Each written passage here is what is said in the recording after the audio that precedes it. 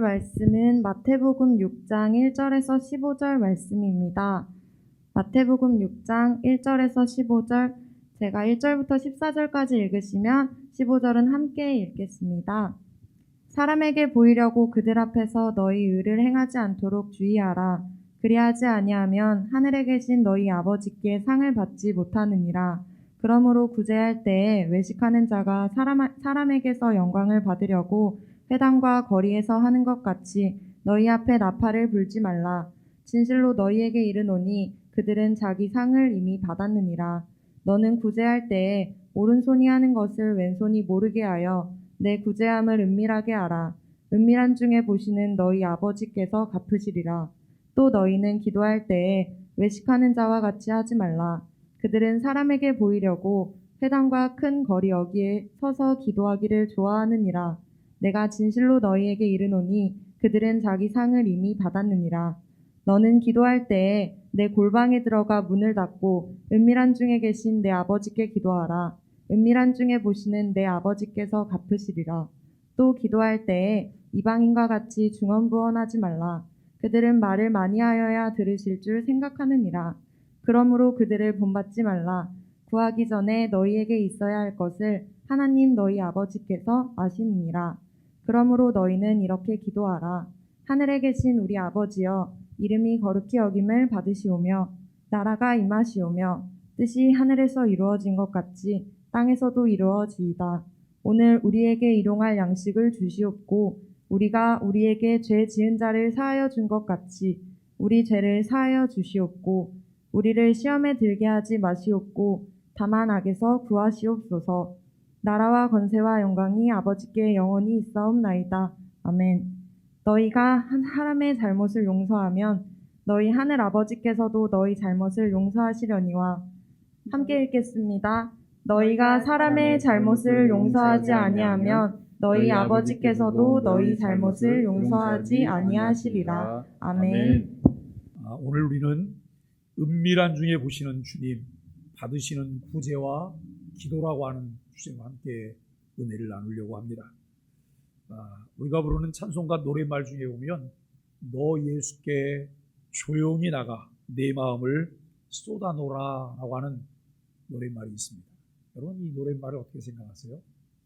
저는 이 노랫말을 볼 적마다 주님께서는 우리의 중심을 원하시는구나, 주님은 우리의 중심을 기다리는구나, 이런 생각들을 해봅니다. 예수님께서 공생애를 시작하시던 그 당시에는 누구보다도 더 경건한 척하는 바리새인들과 서기관들의 문제가 있었던 것으로 보입니다. 이것은 예수님 그 공생애 때만 아니라 모든 시대가 다 그런 것 같아요. 지금도 우리는 더 경건한 척 해보고 싶어 해요. 더 거룩한 척 해보고 싶어 해요. 사람은 속일 수 있으나 하나님의 눈을 피할 수는 없잖아요. 그럼에도 불구하고 우리는 늘 하나님의 면전에서라고 하는 코람데오 정신이 아닌 사람 앞에서 살려고 해요. 우리가 사람 앞에서 살려고 하는 얄팍함 때문에 실패하는 인생이 아니라 코람데오 인생으로 늘 하나님 앞에 성공적인 인생을 살게 되기를 예수 그리스도 이름으로 간절히 축복합니다. 외식하는 자와 달리 남모르게 구제와 기도를 행하면 은밀히 보시는 아버지께서 갚으실 것이라 말씀하고 있습니다. 하나님은 우리가 구하기 전에 우리에게 필요한 것이 무엇인지 아시기 때문에 우리는 주님이 가르쳐 주신 대로 기도해야 할 것을 말씀하고 계십니다. 우리가 사람의 잘못을 용서하면 하늘 아버지도 우리 잘못을 용서하십니다. 여러분, 기독교인들은 때로는 우리가 놓쳐버리고 약간 좀 뻔뻔함들이 우리에게 있어요. 당연히 용서할 거라고 생각해요. 당연히 용서하겠지? 아니요. 내가 뭘 잘못했으면 잘못했다고 말해야 되고 용서를 구해야 되고 정중한 태도를 가져야 되는 거예요. 그래야지 용서하는 사람이 시험에 들지 않아요. 우리는 여러분 용서해야 되는지 알고 있잖아요. 다 품어야 되는지 알고 있어요. 그런데 상대가 너무나 뻔뻔해요. 여러분, 이때 용서해야 될 사람 마음에 큰 시험거리가 생기는 거예요.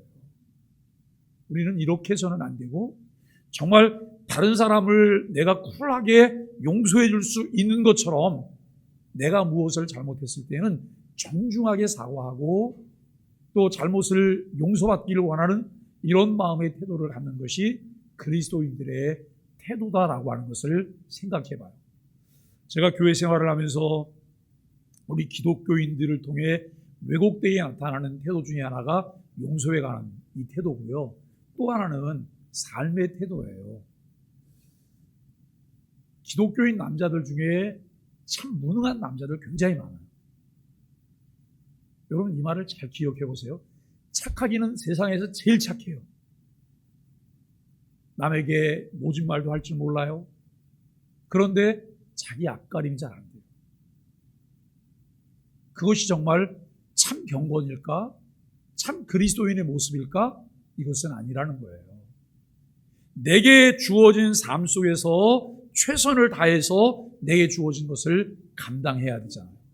내가 저 사람과 경쟁하면서 저 사람을 짓밟고 올라가려고 하는 이 태도는 바른 태도가 아니지만 내게 주어진 일을 최선을 다해서 우리가 함께 생활을 펼쳐나가고 그리고 자주 말씀드리지만 내가 공부해서 남 주고 돈 벌어서 남 주기 위해서는 최선을 다해야 되잖아요.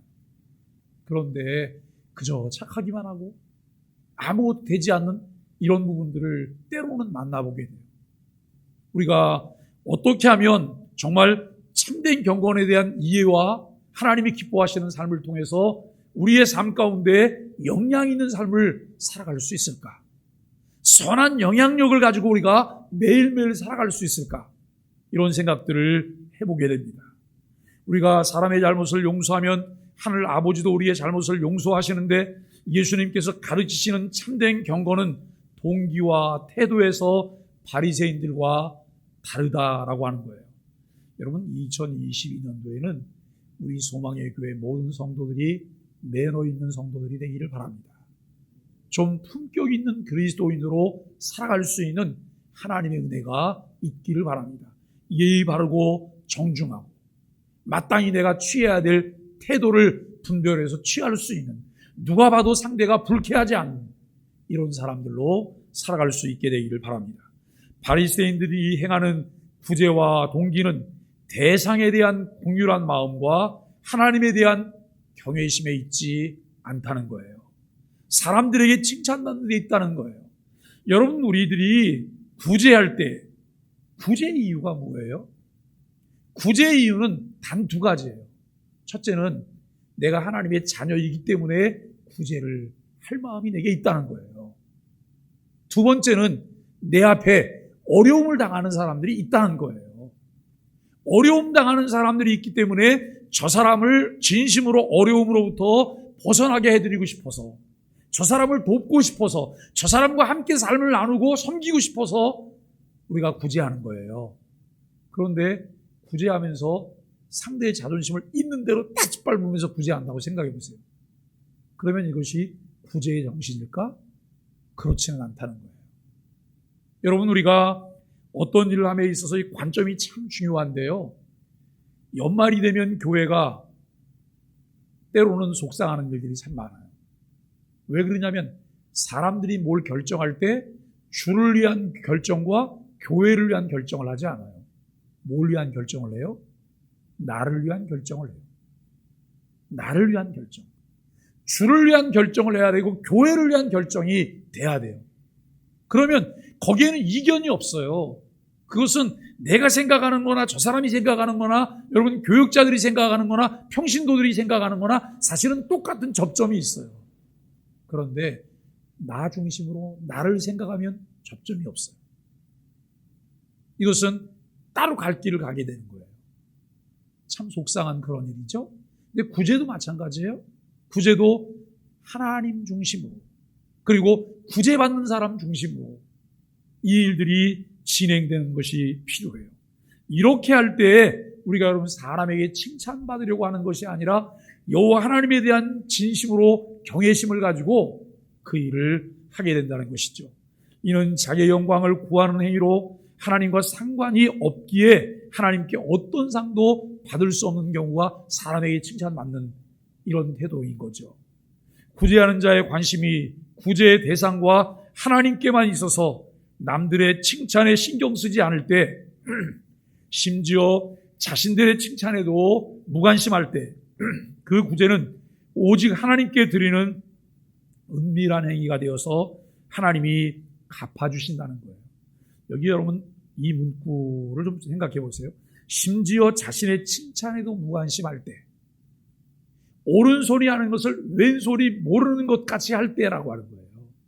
나도 내가 한 줄을 내가 모르는 정도로 여러분 그 일이 처리될 때라고 하는 이런 의미죠. 기도도 마찬가지입니다. 남들에게 칭찬받기 위한 기도는 자기 영광을 추구하는 도구일 뿐 다른 사람과 자신의 칭찬과 상관없이 은밀하게 하나님께 집중할 때 하나님이 갚아주신다는 거예요. 여러분 그렇게 믿으세요?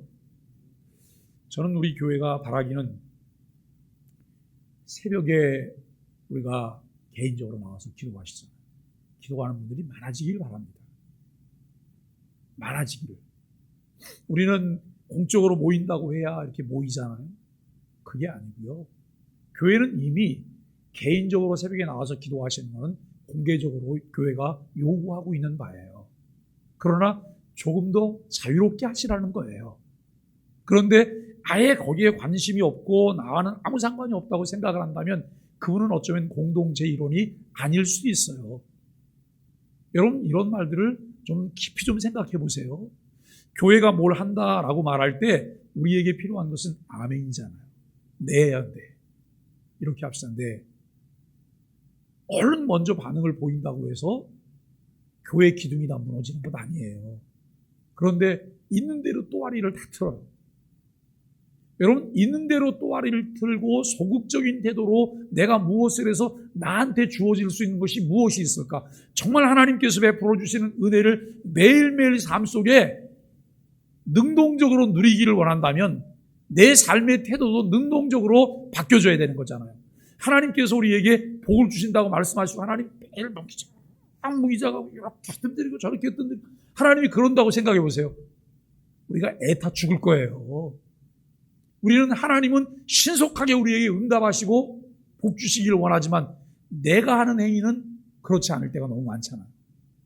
여러분 이것을 금년에는 바꿔내는 거예요.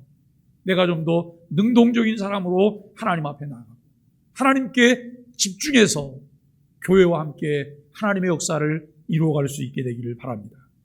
기도는 이방인과 같이 하나님에 대한 지식 없이 주문처럼 외우는 것이 아닙니다.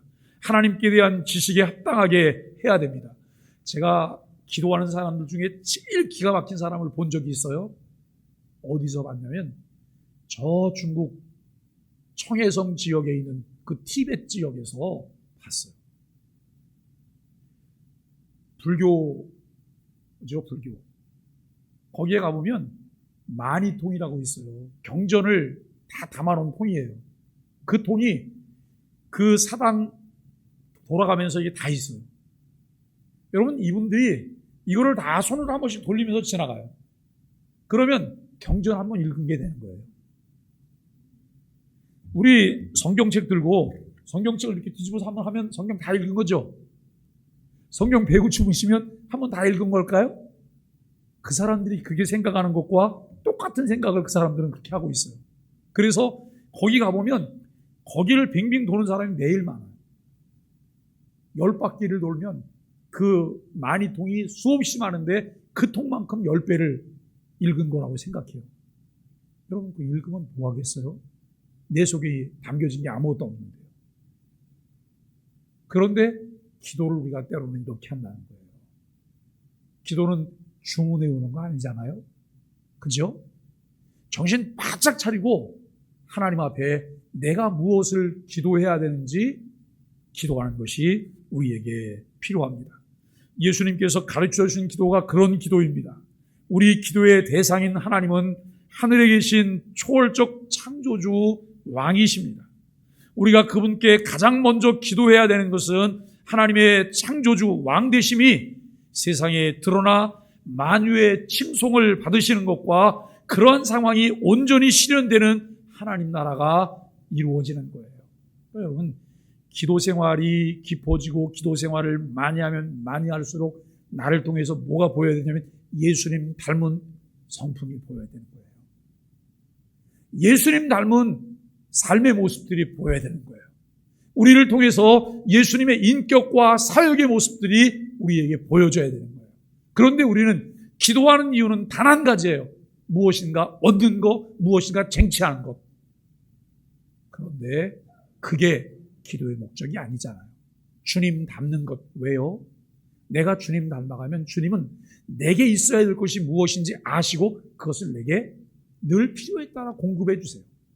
내가 구하지 않아도 하나님은 있어야 될 것을 아시는 하나님이라고 말씀하세요. 그런데 우리는 기도의 목적이 성경이 가르치는 바가 아닐 수도 있다라고 하는 생각을 우리는 하게 되어집니다. 이것은 하늘에 계신 하나님이 작정하신 것으로 우리는 하나님이 그 작정을 이 세상에 실현시키도록 기도해야 합니다. 이 모든 과정에 참여하는 우리는 하나님의 백성으로서 우리의 생명과 생존이 주님께 달려있음을 인정하는 거예요. 여러분, 살고 죽는 것이 누구 손에 있어요? 하나님의 손에 있어요. 이 세상에 태어나는 것도 하나님의 주권 가운데 있는 것이고요. 이 세상에 건강하게 사는 것도 하나님의 주권 아래에 있어요. 때로는 우리가 사고나 질병 가운데 여러분 세상을 떠나게 되는 것도 하나님의 주권에 있다는 거예요. 이 사실을 믿는다면 주어지는 상황들을 하나님 앞에 감사하면서 받아들일 수 있어요. 우리는 범사에 감사라고 말하지만 범사도 제한적 감사예요. 우리에게는. 왜요? 좋은 일만 감사하잖아요. 내 마음에 드는 것만 감사하잖아요. 그런데 범사의 감사는 모든 일에 다 감사해요. 그러죠? 모든 일에. 정말 모든 일에 다 감사할 수 있다고 하는 것은 얼마나 깊은 신앙의 경지에 이른 것일까 생각해봐요. 우리가 여러분 성경 66권을 보면서 모든 경지에 다 감사했던 성경이 있어요. 그 성경이 무슨 성경이죠? 욥기라고 아시죠? 욥기를 1장부터 추적해서 보면 마지막 장까지 여러분 그 안에 정말 많은 일들이 있어요. 그럼에도 불구하고 그 일들 가운데 범사에 감사하는 신앙인의 주님의 은혜를 입은 사람의 모습을 우리가 보게 돼요. 하나님, 저를 그렇게 훈련시켜 주세요. 제가 그런 사람 되게 해주세요. 거기에 관심을 가지고 그 일에 초점을 맞추고 함께 가다 보면 우리들은 거기서 또 서로가 공통분모를 만나게 되는 것이죠. 주께서 이스라엘 백성을 광야에서 먹이시고 인도하시고 보호하셨던 것처럼 새 이스라엘 백성인 우리에게도 일용할 양식을 주시고 시험의 상황으로 인도하지 않으시며 악의 영향력에서 구해달라고 기도해야 합니다. 이러한 기도는 결국 나라와 권세와 영광이 하나님 아버지께 영원히 있기를 소원하는 마음의 표현입니다. 모든 신앙 행위는 사람들의 눈을 의식하지 말고 오직 하나님 앞에서 행하여야 합니다. 사람에게 보이려고 위성적 종교 행위가 된다는 것을 주께서 강하게 경고하고 계십니다. 1절로 4절은 하나님께 상을 받을 구제에 관해서 말을 해요. 마태복음은 특히 위선적 종교 행위를 강하게 경고하십니다. 구제나 기도나 금식은 분명 의로운 행동이고 제자들이 적극적으로 행할 일이지만 그 동기가 사람들에게 보이려는 것이 되지 않도록 주의해야 한다라고 말을 해요.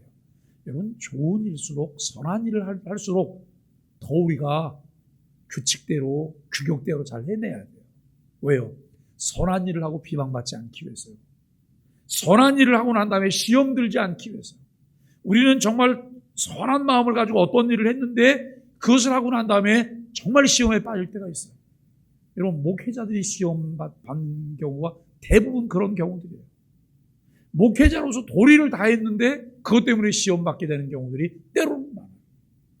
그게 목회자들의 딜레마고 여러분, 목회자들이 고목나무가 돼가는 이유가 그런 것들 때문이에요. 예수님은 구제할 때 사람들 앞에서 나팔을 불지 말라. 나팔을 불지 말라.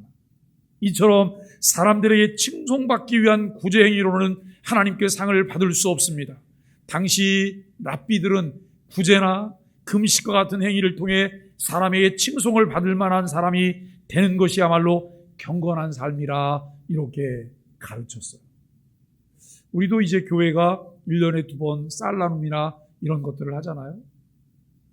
지난번에도 이제 그 주민센터를 통해서 지역민들을 이렇게 저희가 접촉을 해야 되니까 주민센터에다 요청을 했어요. 명단을 좀 달라고. 주민센터가 굉장히 조심스러운 거거든요, 요즘은요. 왜냐하면 개인정보 유출 때문에. 그래서 저희가 사용하고 바로 폐기하겠습니다. 다른 용도는 사용되지 않도록 하겠습니다. 이렇게 하고 이제 그렇게 했는데, 그때마다 꼭 주민센터가 물어오는 게 있어요. 이거 보도자료 낼까요? 그래요. 절대 하지 마세요. 절대 하지 마세요. 하나님만 아시면 되고, 받는 분도 교회가 받았다는 것을 저는 알지 않았으면 좋겠어요. 제가 이렇게 이야기를 해요. 그래서 우리는 그 쌀을 보낼 때 쌀에다 뭘까 붙이거나 이런 걸 안 하잖아요. 교회 이름을. 그런데도 용케 다 하세요. 우리가 노인정에 쌀을 보내잖아요. 노인정에서 바로 전화가 와요. 그분들 다 아세요.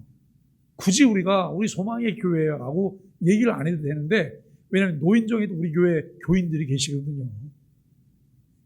우리가 그렇게 알려지는 건 어쩔 수 없지만 굳이 그걸 알리려고 홍보하고 나타내려고 할 필요는 없다는 거예요. 주님께서 원하시는 바가 그런 것이라고 하는 것도 우리가 생각을 해봅니다. 예수님은 오른손이 하는 것을 왼손이 모르게 하라고 가르치시는데, 그러나 다른 사람들에게 보이려고 헌금을 많이 드리거나 기부하는 모습은 지금도 자주 볼 수 있다는 거예요. 우리 교회는 이 헌금을 누가 헌금했습니다라고 이 헌금 다 이름 안 부르잖아요. 지금도 헌금 부르는 교회 많아요. 꼬박꼬박. 왜요? 헌금 액수가 굉장히 차이가 많이 나는 거 여러분 아세요? 저는 그걸 굉장히 자존심 상하게 생각하는 사람이에요. 야, 자존심 상하는 기독교인이구나. 왜냐하면 하나님께 드리는 건데 그게 사람들 앞에 알려져야 될 이유가 없잖아요. 다만 교회는 이것을 집계할 때 정확하게 집계하는 이유가 돈 사고 생기지 않게 하기 위해서. 교회는 그 일을 한 거예요. 우리는 이미 하나님께 드린 것이다라고 하는 것을 생각합니다. 가난한 자를 돕고 선교사를 후원하는 것을 남들이 알아주기를 바라거나 스스로 뿌듯해하는 태도를 우리는 경계해야 돼요. 구제나 후원이 필요한 곳이 어딘지 은밀하게 알아보거나 알게 되어 그 일에 참여하는 것이 중요해요. 하나님이 듣지 않으시는 기도도 있어요. 5절로 8절까지가 그 내용인데요. 당시 바리새인들과 서기관들은 회당과 큰 거리에 서서 기도하기를 좋아했어요. 회당은 유대인들이 모여 예배하거나 말씀을 나누는 곳입니다. 유대인들이 정해진 시간인 3시, 6시, 9시. 우리 시간으로 9시, 12시, 오후 3시. 이런 시간이죠. 이 시간에 회당에 도착하지 못하면 길에 서서 기도해요. 그러니까 여러분 교회 오다가 늦으면 그 시간 되면 그냥 저 횡단보도 한가운데 서고 거기서 이러고 기도하는 거예요. 이거 누구 보시라고요? 나 지금 기도하고 있어요, 여러분. 나 기도하고 있어요. 이게 그 당시 바리새인들의 모습이었다라고 하는 거예요. 사람에게 보이려고 이렇게 기도하는데, 사람에게 보이기 위한 기도는 그 자체로 목적을 달성했기 때문에 이미 자기 상을 받은 것이므로 하나님께는 상을 받을 수 없다는 거예요.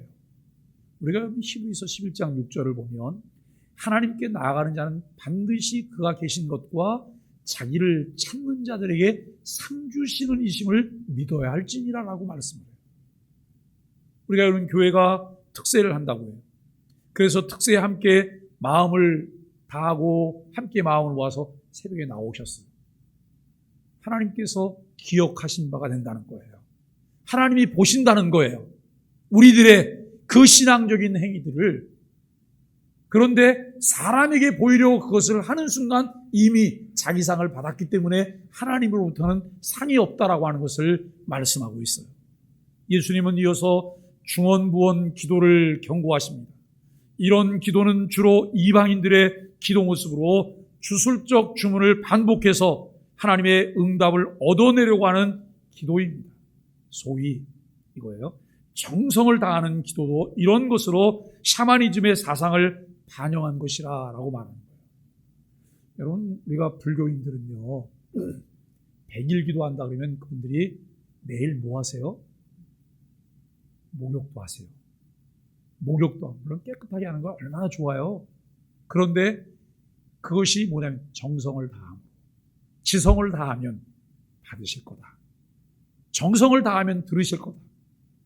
이것은 여러분, 내가 정말 그 정성을 다하는 태도는 기본적인 태도인 거예요. 이것은 예의잖아요. 그런데 그것 때문에 하나님이 들으시는 게 아니에요. 하나님과 관계. 하나님과의 관계 때문에 하나님이 들으시는 거예요. 그리고 내가 그 관계 속에서 마땅히 먼저 구해야 될 것이 무엇일까? 주님이 가르쳐 주신 기도의 내용들을 우리가 생각하면서 기도하는 것이 필요하죠. 이처럼 사람들에게 자신의 경건을 자랑하려고 하는 기도나 하나님을 인격적으로 신뢰하지 않고 자기 열심히 응답을 얻어내려고 하는 기도는 우리 믿음에 합당하지 않다라고 하는 거예요. 여기 9절로 15절에서는 너희는 이렇게 기도하라.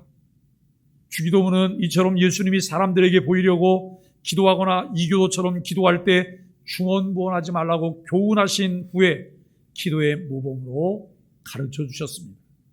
주기도문의 특징은 사람들에게 과시할 만한 화려한 미사여구도, 유사한 간구를 반복하는 구절도 찾아볼 수 없습니다. 제가 어릴 때 교회를 가면 장로님들이 기도를 하세요. 그런데 장로님들 기도의 문구 3분의 1이 매주마다 똑같은 거 아세요? 장로님이 여러 분이셨는데 이분은 오늘 기도 시작하면 이렇게 기도할 거야. 제가 그 기도 내용을 외워갖고 3분의 1 정도까지는 같이 기도해요. 그냥 눈 감고. 그런데 얼마나 많은 문자들을 사용하면서 그렇게 기도하시는지 몰라요. 저는 성장하면서 이런 생각을 해요. 죽은 기도구나. 죽은 기도구나. 매일 내가 만나는 하나님과 내가 경험한 하나님이 다를 수 있잖아요. 그리고 내 주어진 상황이 다를 수 있잖아요. 그런데 늘 변하지 않고 똑같다고 한다면 그냥 문자 속에 갇혀 있는 거잖아요. 여러분, 기도의 예를 드는데 한 번은 이런 예를 들어본 적이 있어요. 농어촌 교회가 어렵잖아요. 농어촌 교회가 자립하기도 힘들거든요. 그런데 교회에서 재정을 맡은 재정 집사님이 계세요. 얼마나 교회가 어려운지 이분이 주일이 돌아오는 게 겁나는 거예요. 왜냐하면 주일날 되면 교회가 집행해야 될 재정들이 있는데 못해. 또 어느 때는 그 시골교회 교육자에게 사례를 내야 되는데 사례를 줄 돈이 없는 거예요. 근데 이분이 기도 순서를 맡았는데 어느 날 기도를 이렇게 하셨어요. 하나님, 오늘 우리 목사님이 강대상에서 하나님 말씀을 잘 씨부리게 하사 우리가 그 말씀을 듣고 은혜 받아서 연보를 많이 하게 해주세요. 이분은 정말 공부도 많이 못하신 분이시거든요. 그런데 여러분, 대부분 목사님들이 이 기도가 진실한 기도라고 말씀하세요. 용어 고급스럽지 않잖아요. 그분이 사용하시는 일상적인 용어예요.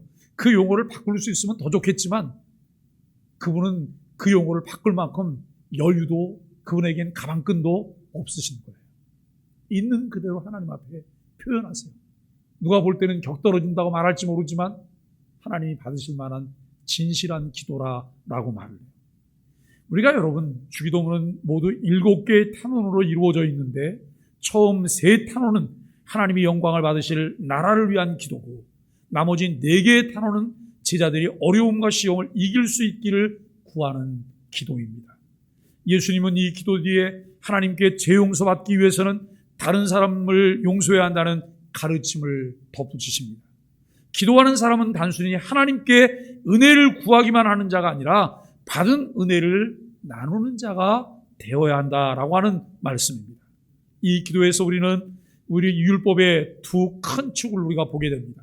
즉 하나님 사랑과 이웃 사랑을 발견해요. 우리가 여러분 십계명도 보면 하나님 사랑, 이웃 사랑이거든요. 주님이 가르쳐준 기도 내용도 하나님 사랑, 이웃 사랑이에요. 우리가 여러분 우리 교회가 가지고 있는 두 가지 모토도 하나님 사랑, 이웃 사랑인 거예요. 똑같은 정신 속에서 우리가 여러분 행하게 되는데 그 사랑으로 드리는 기도가 참된 기도다라고 하는 것을 생각해 봅니다. 사랑하는 소망의 가족 여러분, 우리는 천국 백성의 삶이라고 하는 주제로 신년 한 주간 특세를 하고 있습니다. 천국 백성으로서 참된 경건의 동기와 태도를 잘 가르쳐 주시고 있습니다. 동기가 잘못되면 이 모든 것이 거짓된 경건을 만들어내는 도구가 될 뿐입니다. 참된 경건의 핵심은 자기 자랑이 아니라 하나님 사랑, 이웃 사랑입니다. 우리의 경건 생활이 사랑을 이루는 참된 통로가 되기를 바랍니다. 2022년도에는 예수 그리스도의 복음의 가치가 무엇인지를 더 정확하게 알 뿐만 아니라 그 가치를 따라 이웃을 사랑하고 소통하며 섬기는 삶의 은혜를 더 힘입게 되기를 예수 그리스도의 이름으로 간절히 축복합니다.